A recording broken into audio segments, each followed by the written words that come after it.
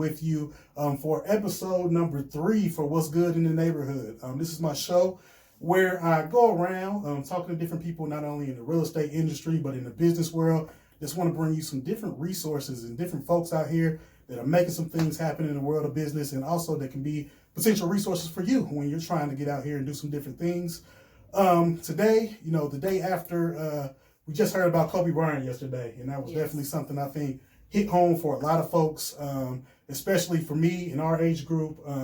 Just thinking about mortality and thinking about, every day is not promised, and going out here and living life to the limits, going to the max. And I think that's one thing that Kobe Bryant really represented and embodied when he talked about his Mamba mentality and really going out here and going hard. Not only being blessed with some unbelievable talent, where he could go out here and he was one of the best basketball players. Just when he wake up in the morning, he was better than most people. But when you hear about his work ethic and what he did, to continue to push himself to beyond limits, that's what we all need to be doing when we're going out here every day, pushing to limits and taking things to the next level. And that's kind of why one reason I wanted to meet with my guest today, because she's out here pushing it to the limit. And that's why I wanted to bring her on here so you can see and hear about some of the things that she's doing. Today for my episode, I have Kenya Mays. Hi, guys. All right. And Kenya Mays has several different things going on. I'm going to have her talk about that. I'm going to have her introduce herself to you, and we're going to dive into a few different things. So just starting out, Kenya, where are you from? I am from Michigan. Michigan. All right. So I always hear that story about the Michigan-Ohio thing. So imagine being a Michigan person coming to Ohio. Right. Didn't go so well in the beginning. But I've embraced the Ohio thing. I'm still not an Ohio State fan. Don't get me. Trust me, I'm not a Michigan fan either, but I have to represent because that's where I'm from. Of course. Right. Nothing wrong with that. Not at all. So what brought you from Michigan to Ohio, I guess? So in Michigan, my husband and I worked for a company, wireless company, and they were starting a project here. So they picked me to come here to head that up. So I went there. Came here to do that, and then we stayed. So, okay. All right. So been in Ohio ever since. How long have you been in Ohio total now? This is the 12th year. Oh man, you a Buckeye now. We're gonna convert you. You gotta come on in. You home now. That's good stuff. So you were working working for a company previously. Yes. What kind of started your path towards entrepreneurship? Was it just a calling, or what was it that said, I want to start doing something on my own? Well, actually, I've always been a serial entrepreneur, but I always played it safe, right? So whether it was Amazon and eBay, which I still do, or just finances and credit, that was something that started me because my credit got bad when we moved, right? So when I grew up, our parents didn't teach us about credit. And I have to say it's because they didn't know, right? So they didn't teach us about credit. By the time we knew what it was already messed up, right? So when we moved here, imagine moving with a 2-year-old and a newborn. Wow. So our company paid me $10,000 to move. Okay. Well, just imagine when you go to secure housing, they tell you need to pay half of that. Oh, yeah. To secure the house. Oh, yeah. So I was like, wait, why? And then, now mind you, I have 2 children now. I should know this, right? Wrong. So we had to pay half of our money just for that. Okay. Every utility we had to get required a deposit. Wow. So I'm like, wow, like all the money was almost gone. So it was just like, okay, this can't happen. I need to figure out why. I need to figure out what's going on. And that's where my journey with credit started. Okay. And then from that experience, I learned that there were so many people like me. They looked like they had it together. Yeah. But behind the scenes, it wasn't that way. So I started helping people. It wasn't a business at first. It was just more or less word of mouth. Okay. And then when I realized, oh my God, there's so many other people, it turned into a business, which then turned into full-time. Gotcha. Wonderful. Yes. And I know so many people are trying to figure out how to make that transition, going from full-time work to full-time business owner, and it's a process. It's definitely got to be right. I can actually think back to when King and I first met. We were actually down at a credit boot camp down in Orlando.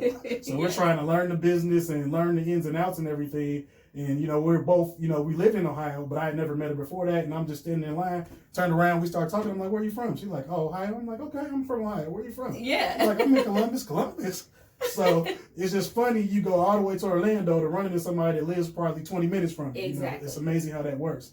So you've been in the business and you were able to make that transition from full-time worker to full-time business owner. Yes. How did that process go? I mean, what did that look like? Okay, so what I will say is, you're going to see people tell you that, oh, you could just do it and you could just make a lot of money. All you need is a laptop. Not true. I am a firm believer in preparing for things. So what I did personally was I worked for my company for 13 years in corporate. So what I decided to do is just watch them in a different way. So when I used to go in meetings, their little town hall meetings, what I used to do is be talking to the person next to me because we weren't listening. I changed my perspective. My job then became my funding source for my business. So when we went into meetings, I wanted to know what they were talking about. I wanted to pay attention to how they forecast. I wanted to pay attention to how they did things, right? I paid attention to what was good in business for them and then what I would change, because the company that I worked for had a phenomenal training program. So because of them, and I would tell anybody, because of them, I can do anything. Their training was amazing. So I took those principles and was like, okay, I'm going to use these in my business. The things that I did not like, I would tweak and then go from there. I did not leave my job until I could successfully cover my portion of what I was responsible in my house for 6 months straight. When I did that, I was like, okay, it's time. Gotcha. So I prepared. If you have the ability to prepare to do it, I say absolutely do it. Sometimes people are kind of forced to do it because they may lose their job or something like that. But if you have to work for yourself, you know that if you don't work, you don't eat. Right. So I'll tell anybody, it separates the men from the boys. Oh yeah. Are you ready? Can you handle it? Do you understand? And I will also tell people everybody is not meant to be a full-time CEO, but I believe there's a part-time CEO in everybody. Oh yeah. Everybody can do that. You don't have to quit your job, and there's nothing wrong with working a 9 to 5. I think there's a stigma behind it. Like everybody wants to be an entrepreneur. You don't have to be a full-time worker. Being an entrepreneur sounds sexy to people until they get out here and see how dirty you got to get. Exactly. Right? It's a whole different game. Yes. And I hope people picked up on what she was talking about as far as leveraging her employment situation. She was working. And she said, okay, what can I leverage and use from this situation? I know this is not exactly what I want to do and where I want to be. How can I leverage the tools, the resources, the information that I'm getting here to help me in my business that I'm trying to move forward? Absolutely. And I think that's where a lot of people fall short. They're so busy worrying about and thinking about, oh man, I hate this job. I don't want to do this job. That not realizing that job is a blessing. That job is paying your bills right now. Absolutely. So you got to look at it from that perspective, sometimes. Well, I will say this too. A lot of times people think that you don't like your job. I loved my job. That wasn't the issue. It's just that times have changed. My husband and I, we have 3 kids, and our oldest son got diagnosed with diabetes. So juvenile diabetes in children is not okay. Yeah, so nothing to play with. Yeah. What was happening was he was turning into a teenager. So you got hormones raging, and diabetes and hormones don't go. So I have the school calling, my son is sick, and all of that. So there was a decision that had to be made. It was an easy one for me. I pick him. So, but you still have to have things to take care of, right? So again, watching what's going on, seeing, what does the job do? How does it work? What would you change? Those are things that I think that's instrumental. And that's how my consulting company birthed too. Because I try to explain to people that most of the time when you're an entrepreneur, and I'm pretty sure you can attest to this, you have no idea what you're doing. No. You don't. Not right? completely, yeah. No. So you have a thought, but you don't know exactly what you're doing. And I always tell people, look at the big people. Look at the people who already made it, right? Don't try to reinvent the wheel. Literally. What should I be doing right now? What are they doing, right? Yeah. And that's how you kind of make things simple, right? In my case, I would be like, what would Verizon do? Yeah. Right? Yeah. And I would just look and go, oh, well, when this happened, this is what they did. Got it. And then I move forward that way. Exactly. And I hope people heard, as far as listening to, going back to her transition, she had a game plan, as far as figuring out what needs. She looked at in front of her and tried to just figure out, okay, from a financial standpoint, how much money do I need to have set aside, or how much do I need in my reserves before I feel good enough or comfortable enough to walk away? because she understood that business takes time to ramp up. You know, Yes. It's not that you're always going to walk into making a lot of money right away. Sometimes it takes, when you look at real businesses, especially like brick and mortars, it takes years for them to just break even. Yes. From their initial investment. So, and people don't understand that. They walk in, I'm gonna make all this money. It's gonna be great. It's going to go this, and then they've been in it for a couple months, and they're like, dang, this ain't like I thought it was gonna be. And then they quit. Yeah, that's another thing too. Next stop. Back to Kobe. You don't quit. Mm-hmm. Just keep going. Like most of the time, people think with consulting, what I learned is they'll say, well, I paid this. I did a couple posts on Facebook. I did some videos. And I was like, oh, so you think after a couple posts and a training and a website, somebody's just going to pay you? Your pocket should be fat, right? Right. No, not going to happen. So I think that's a misconception. I think that we have too many people telling people on social media that it's easy. Mm-hmm. It's not. There are going to be times that you're up all night. There's going to be times where you're going to not pay yourself to pay other people, especially if you have employees. There's going to be times that some of yours might be late because you have to take care of your business. It's not an easy thing, but I believe that if you put in the work, it'll all pay off. Exactly. And if it was that easy, everybody would have one. Indeed. And that's the key thing. You have to stick through it. There's going to be some obstacles. And the key thing is turning those obstacles into opportunities. Absolutely. Because that's all it is. You got to be a problem solver as a business owner, because every day you're going to run into something that's going to catch you from the side. You didn't see it coming. You got to figure out, how do I adapt? How do I change? How do I adjust to make this situation into an opportunity versus a roadblock that's going to prevent me from moving forward. So I call them fires. Yeah. What's the fire today? Mm-hmm. Because you're going to have to put out a fire, and you just have to be a person who's open to it, right? I think also it's important to realize that you don't know everything, right? Right. And that it's absolutely okay to say, I don't know. It's absolutely okay to ask someone else, right? And most of the time people think that you have to know, or people are expecting you to. Right. Truthfully, they're just expecting you to be honest. That's it. Yeah. Right? Yeah, so that's it. Just communicate. Just like, when you're in a relationship, the most important aspect is communication. So when you're dealing with customers, clients, they want you to communicate with them. So if it's perfectly okay when they ask you a question and say, you know what, I don't know the answer to that, but I'll find out for you. Yes. I'm going to figure it out for you. And they're okay with that. But don't sit here and try to act like you're the expert, you know everything, because that's when you get yourself in the mess. Yes. Yeah. And trust me, they will call you. Oh, yeah. Especially if they're paying you money. They're going to call you out on everything that you said. You said this. You said that. You said my credit was going to be fixed in 30 days. What happened? So there's all kind of different things. So just kind of segueing into that, I know one of the initial businesses that, of course, when we encountered each other, you were getting into the credit business. So talk to me. I know there's a lot of people out there, like we talked about, you kind of alluded in your story that people don't understand personal finances. They don't have good financial literacy. They don't know anything about credit. And quite honestly, because we're not taught anything about it, whether it be formal education in school. I've got from, primary school going all the way through secondary education, college, master's degree. I didn't talk about any of this. I've got a finance degree, and I didn't talk about anything in any of my programs about personal finance. No. So that, that still blows my mind. So tell me, why you feel like understanding credit and personal finances is so important to you. Why are you so passionate about that? I'm passionate about it because I feel like we didn't have a chance. Mm-hmm. I think we were put in a role that we weren't prepared for, and you don't find out until it's too late. Right. So you're constantly trying to dig yourself out of the hole. And what I learned, just with my husband and I, when you are growing up, whatever is taught to you is all you know. Yeah. You don't know anything else until something happens, right? And then you have to make a decision. Am I going to learn more and figure it out, or am I going to stay in the cycle? So for me, my parents just taught me that cash ruled everything, right? So as long as you have cash, you can do it. I was taught to work hard. So if there was something that your first job didn't get you, you would either work hard at that job again or get a second job to get whatever it was. No, you don't have to do that. When I found out about credit, again, was when we moved, and I was like, okay, this is hustling backwards. I'm breaking bodies down. I'm tired. I can't be a parent. And I think motherhood changed that too.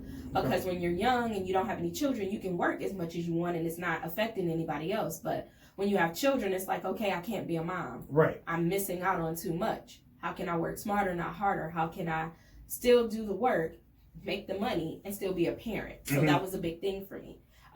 So changing the way that I thought and wanting to know more. When I saw how much money we had to spend to move somewhere, I was like, oh, this is never happening again. Right. So let me figure out this whole credit game. And when I did, it was overwhelming for me because I felt like, oh my God, if we all knew better, we would do better. Right? So that's why I wanted to make sure that I told as many people as I possibly could, like, hey, do you know you don't have to sit in the dealership all day? Exactly. And you don't have to wait for them to tell you, hey, you qualify for this. Do you, like, I didn't realize that. Oh my God. Like, it's a completely, I don't know if people have been through this. I've been on both sides of the table. Me too. When I've walked in and my credit score was trash versus, when I walk in with, 700 plus, 750 plus, and you're treated like a VIP star. Oh, wait. When you walk in. I can tell y'all this little story. So before it was, I need a car. Okay. So we go to the dealership. They run your credit, as they call it. You sit there all day. Yeah. And you like, how much it's going to be? Now, mind you, you've looked at cars. I don't know why you did that because you might not even qualify for that car. Exactly. So you looking at cars, well, I want this one.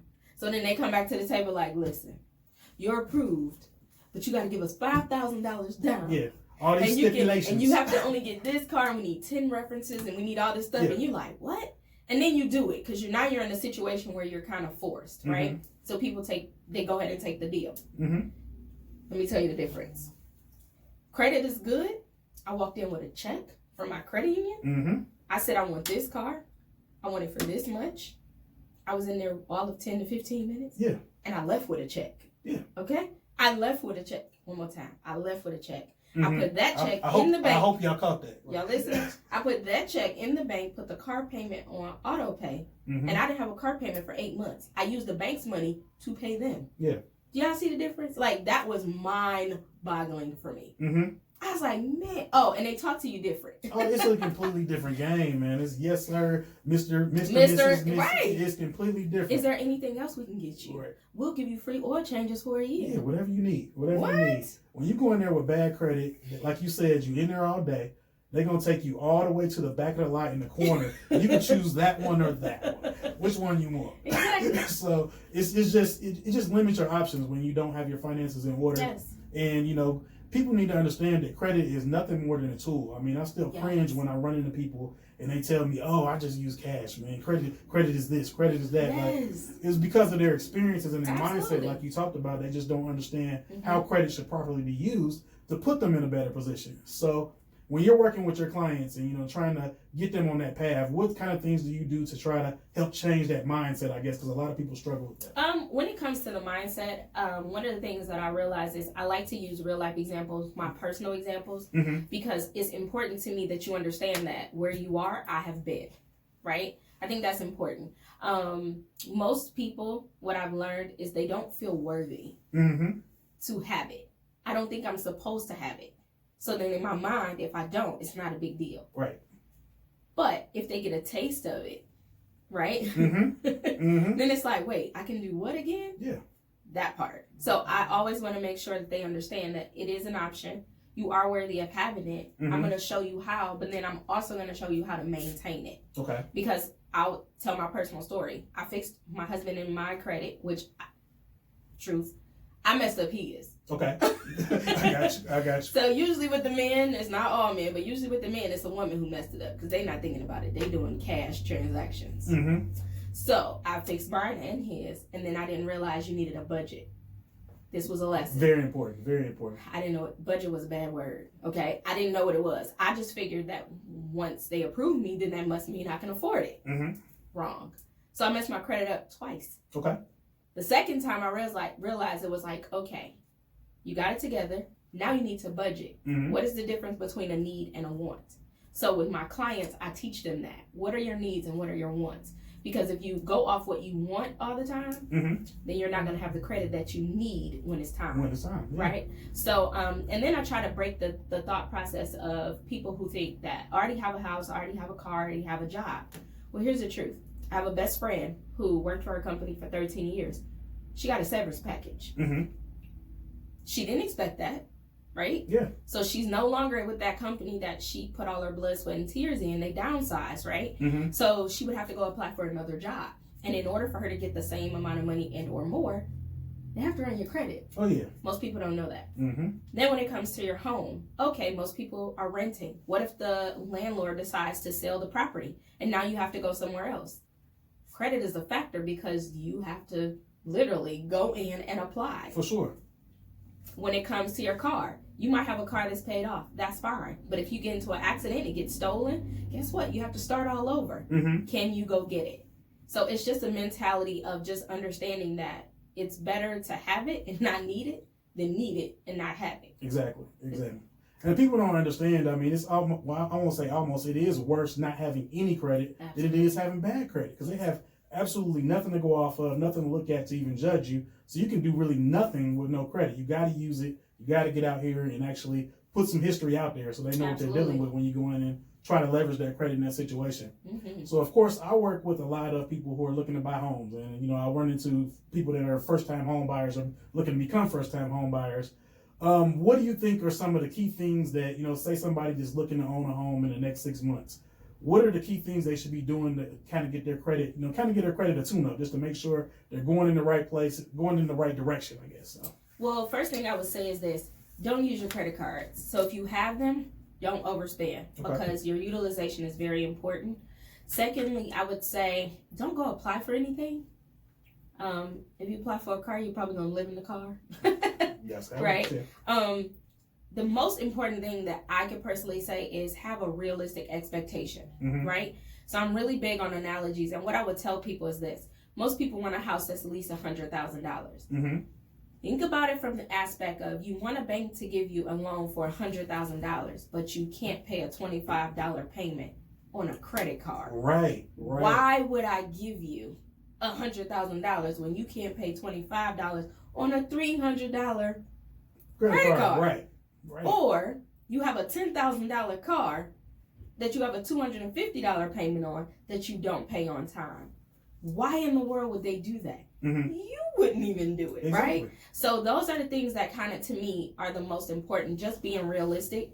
If this is what you want, you have to work towards it. There are no shortcuts. I don't care what anybody tells you. You have to prove yourself. No differently if somebody wanted to borrow money from you. If they have a track record of not paying, you're not going to loan to them. It's the exact same thing, right? So those are the things I would say. Don't spend excessively. Don't apply for a lot of things, and just be realistic. Yeah. Period. I think that's great practical advice, because I get people to come in there and I literally have to tell them, like, look, don't do anything unless you talk to me, because I've had those folks. We're in the process of getting them qualified and they go out and buy cars or just do silly stuff. Like, why would you do that? Now you just jeopardize the whole situation where you now probably aren't going to get approved. No. So, I mean, so those are things you have to think about and really make sure that you're properly planning and getting things lined up.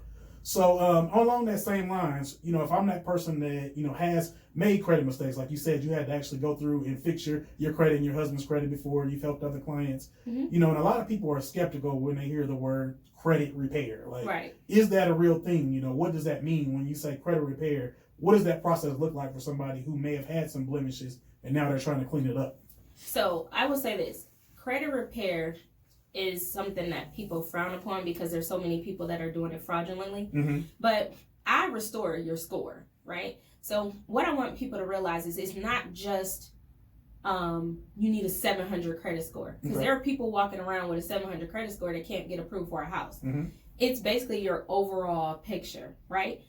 They don't expect you to be blemish free because you're human. Things happen, right? But they just want to see if you're responsible. So if you have some things that are going on, like 79% of credit reports have errors on them. It could be your file is merged. You know, you have people who have the same name. It could be previous addresses. There are certain things that merge files, right? So with the credit restoration process, we look at those things. In order for somebody to report on you, it has to be 100% accurate. It has to be reporting 100% timely, and it has to be 100% verifiable. So if you're going to report on me, it better be correct. Okay. The example I always use is our famous Time Warner / Spectrum. Yeah. If you have an account with them and you haven't paid them, they usually let you get past due maybe 2 months. And so let's say your bill's $200 a month, so now you owe them $400. You didn't pay it, they charge it off, which means they say that they're not going to, you didn't pay it and they're turning the account over to collections. But when they report you, they say you owe them $900. Now, question, do you owe them? Absolutely. But do you owe them that amount? No. Right. So that's where I come in. Let's see what's going on. Okay. Let's see what they're reporting. Let's see if they can prove it.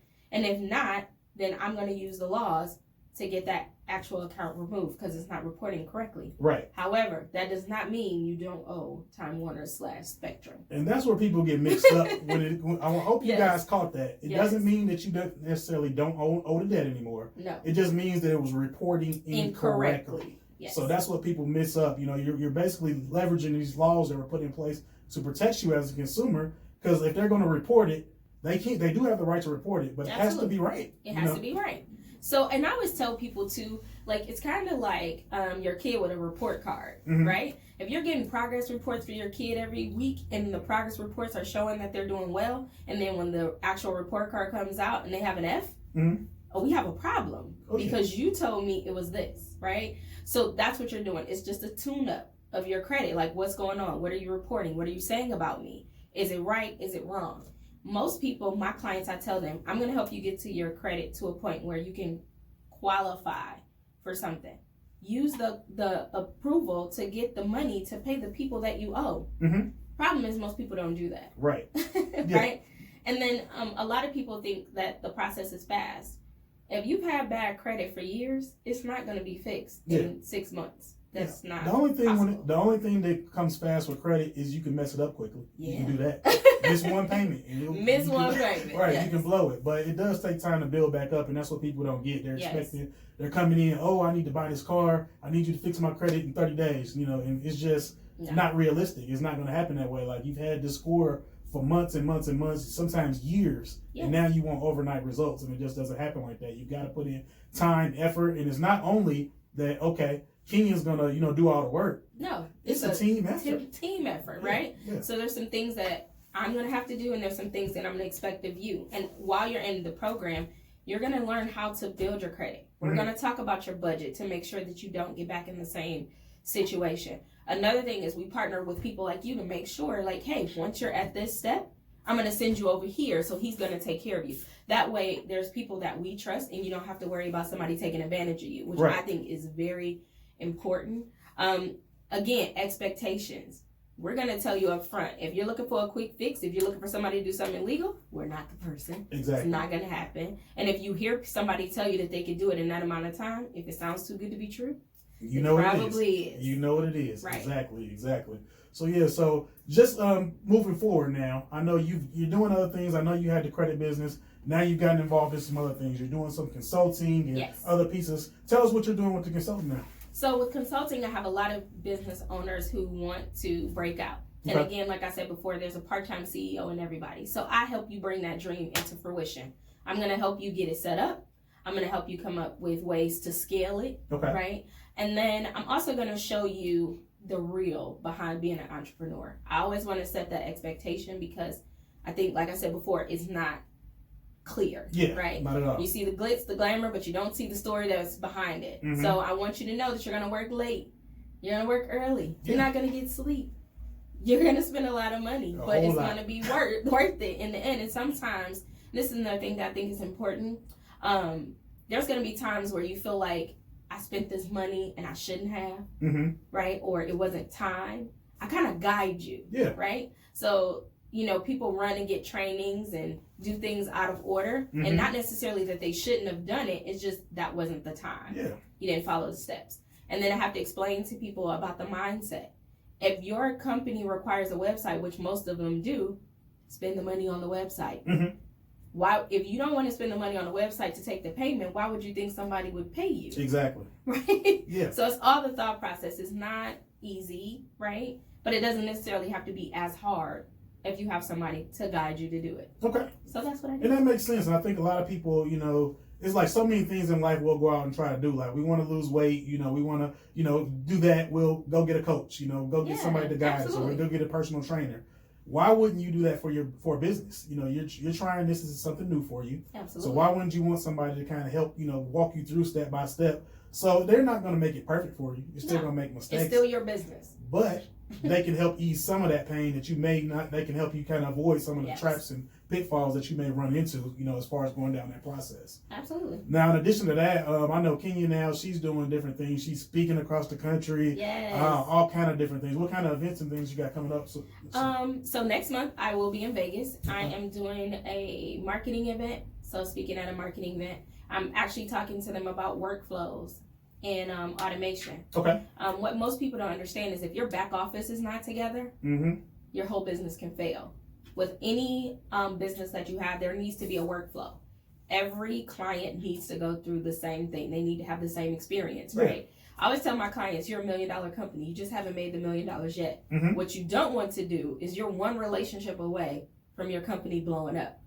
If you don't have the back end together and it blows up, it definitely will blow all the way up. Right? Exactly. And bad news travels fast. So if anybody has a bad experience, they're going to tell everybody. Okay. But if you have it together, right? I always use Chick-fil-A. Like, I don't care where you are, you go to Chick-fil-A, they are amazing. Their workflow is flawless. Exactly. Right? Exactly. They're all nice to you. They all make you feel good about coming there. Even though the lines are long, they will even have people come out to take your order. The workflow is amazing. But if you go other places, right? Yeah. That's not the case. You're in line. They're not nice. They're unorganized. Right? Unorganized. Yeah. So it's the same thing. So I like to take the Chick-fil-A approach, really. Like, let's get our process and policies together. Some things that we can automate, let's go ahead and get those done. Most of the people are one person doing a business. I'm going to show you how to run that business as if you were huge. Yeah. So that's what I do. And that's the key thing, just, leveraging those automations and different, systems in your business to help make your life easier more than anything else. Because you are, for most people, a one-man operation. Sometimes you will scale up and eventually add employees. But until then, you've got so much technology out here that can do so many of those mundane tasks that you may not want to do. Yes. They can do that for you, and getting those systems in place, I think, is critical for people. And I know those are being some areas where I've struggled with in the past because I'm trying to do everything. Absolutely. And there's only so much of you to go around. Absolutely. So if you can use that to help you, make your business flow a little smoother, give people more of a consistent experience, by all means, those are definitely things that people need to look into. So. Yeah, and then the credit restoration company and the consulting company run hand in hand. So for most of my credit clients, I literally take care of their personal credit, and then I help them use their personal credit to start their businesses and build their business credit. Exactly. And I don't care what anybody tells you, you still need your personal credit for your business. They're going to ask you for a personal guarantee. You're going to have to pay. You're going to have to do it. Yes. Yeah. So I don't care what you heard. It is not true. If you are starting a business, your personal credit is going to come into play at some point in time. And you don't want to work backwards, right? Right. So you don't want to have a business that's booming and you need something else. And now you need a personal guarantee, which is your name backing your company, and you can't do it. Yeah. Right? So those are the people, like I said, I transition them. Hey, what do you like to do? What is it that you're passionate about? And once we find that out, then we kind of move them over, and they become a forever client, and we make money together, and they're happy. Exactly. Right? That's what it's about. That's what it. It's about. Creating winning partnerships. Absolutely. So before we finish up, I know you're also a published author. Yes, I am. So I want you to pull your book up so people can see that. Love and Credit, The Untold Truth of Financial Infidelity. Yes. So that sounds like some juicy reading right there. So here's the thing. My husband and I have been married 17 years next month. Okay. So again, we had two different upbringings, but they still meshed, right? So my parents were like, work. If it's not big enough, go get the second job. Yeah. His parents were plant workers, and his dad was like real conservative with the money, whatever. His definition of credit was don't use it. Yeah, right. Don't touch it. Don't touch it. You don't need it, whatever. But when you put those two worlds together, just like with anything else, you're trying to go off what you know. Okay. And we didn't know anything. So you have me who doesn't know that much, and you got him who knows even less.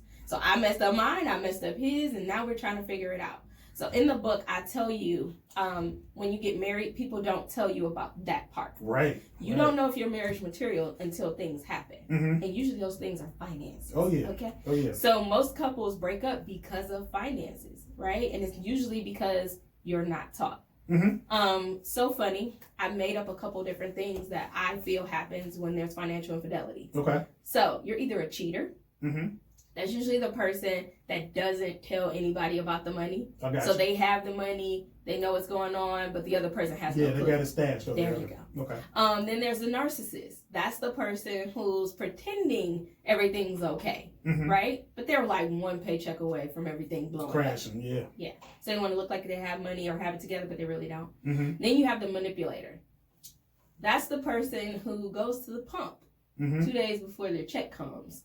Swipes the card, it only charges them $1. Right? And then they get gas, or their comment is always negative, things like that. So it's all those things that you see. Those are traits. Those are characteristics. And we've all been there a time or two, right? Mm-hmm. So I just think that's important to be aware of it. The book is also a way to show you how to repair your own credit in the event that you can't afford to pay somebody else. So that part is in there too. Okay. But I did put real life experiences that my husband and I call truth moments. Mm-hmm. So the truth moments are, listen, this is what really happened. This is what we did. Yeah. This is how we overcome Some it. true transparency going on. Yes. Yeah, I got you. So that's what the book is about. You can get it on Amazon or loveandcredit.com. But I think it's going to be beneficial. If you are in a relationship, I think it's very, very important to have that uncomfortable conversation. Because when I was writing the book, I was doing focus groups, and you'd be surprised how many people are in relationships and they never talk about credit and finances. Ever, yeah. Like ever. And I'm, literally had clients that came in, in my credit business, and we would talk about budgeting and different things. And I would have a husband and a wife there, and it would almost turn into a marriage counseling session. Yes. It feels like that. You're like, wait a minute. Ooh, what like, did I do? What did I walk into? So, that's exactly what happened. But it's so important to, communicate about those things because, you're right. People come from different backgrounds, and they have different money mindsets. So absolutely. The way one person thinks and the other person thinks, and it doesn't always mesh. So you're, I can remember early in my marriage, I've been married about the same amount of time as you, about 17 years coming up. And early in our relationship, it was similar. Like, I can remember, having to make that adjustment of joint bank accounts and things like that. And, I remember my check would go in and my wife like, oh, his check went in, swipe, swipe, swipe, swipe, swipe. And I'm looking like, what is going on? So it's just like, making sure that you're on the same page and communicating because you will get yourself in some binds like that when you guys aren't walking that same path, that money path hand to hand. So. Yeah. And then another thing is, it's okay to understand what the other person is good at. So my husband, we make jokes. So my husband, if anybody's seen Everybody Hates Chris, yeah, my husband is the dad. I got you. So he tight. So he ain't spending nothing. I got you. And I was Rochelle. My husband has 2 jobs. I can buy what I want, right? So then when you don't realize the stress that you're putting on the other person when they're trying to keep things together, right? And you have to have your role. So I'm very good at managing the money, but he's very good at saving it. So once we understood what each other's roles are, now we're good. Now it clicks, right? Now it clicks. Took a while, but we got it now. Yeah, important thing is you got there. You went through that process. It has been able to enable you to share that experience. So now that transparency is helping other people who are going through that same situation. Hopefully reading your book helped them to open their mouth like, you know what, we need to sit down and talk. We need to have a conversation. We gotta get this straight. The funny thing is next quarter, around March, I'm going to start doing Love and Credit tours in Columbus. Okay. Where it's going to be a date night for couples. Oh, that's sweet. Right? That's sweet. So in that date night, we're going to play games. We're going to have those uncomfortable conversations, but in a safe environment, right? So that way, if you weren't talking about it and you didn't know how to bring it up, this is a spot where you would go to actually do it. Okay. Right? I'm really, really excited about it, so I will keep you posted. I'll definitely let you know. We're going to support that because it's needed in our community. Let's get out here. Let's talk about finances. Let's get this stuff. We're going to get better. You got to start with admitting where you are so you can know where you're going. It's just like having a GPS, but I don't know where I'm at, so I can't say where I'm going. Absolutely. So let's look at where we're at right now, take a snapshot, and kind of figure out those next steps. So we'll definitely be looking forward to those sessions, and we will be in attendance and supporting. Yes. And go out and get this book, guys. It's on Amazon. Love and Credit. Look for it by Kenya Mays. Let's start having these conversations and changing some lives. So yes. All right. So thank you again, Kenya, for jumping on with me today. I know we probably talked a half hour now. We've been going. But it was all good information. And I think this is going to be some good stuff that's going to help somebody today as far as moving forward. So, again, I appreciate you taking time, jumping on What's Good in the Neighborhood, and I'll talk to you soon. All right, let me cut off here.